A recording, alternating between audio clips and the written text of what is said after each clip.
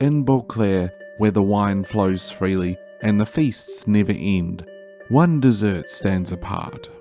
The chocolate soufflé from The Witcher 3 Blood and Wine. It has to be perfect or it all falls apart. But I'll show you exactly how to get it right.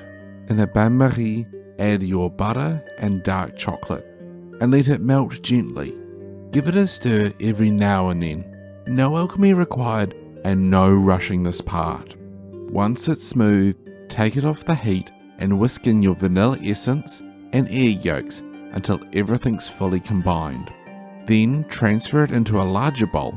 You'll want the extra space for what's coming next. Now for the egg whites and cream of tartar.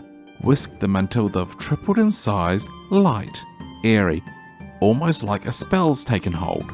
Slowly adding your sugar, bit by bit, letting each addition mix through before adding more. Keep going until you get soft peaks, light and steady. Even a witcher would approve. Now, take a third of that meringue and gently fold it into your chocolate mixture. Be careful here, too rough and it will collapse before it even hits the oven. Continue to fold in the rest until it's all combined. Pop the mixture into the fridge for 10 minutes and preheat your oven to 200 degrees Celsius fan bake. While that's chilling, prepare the ramekins.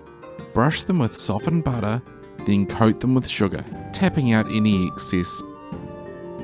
Spoon your mixture in. Then run your finger or a knife around the inside edge. This little trick helps the soufflés rise straight up rather than spilling over. Into the oven for 13 minutes at a reduced temperature of 190 degrees Celsius.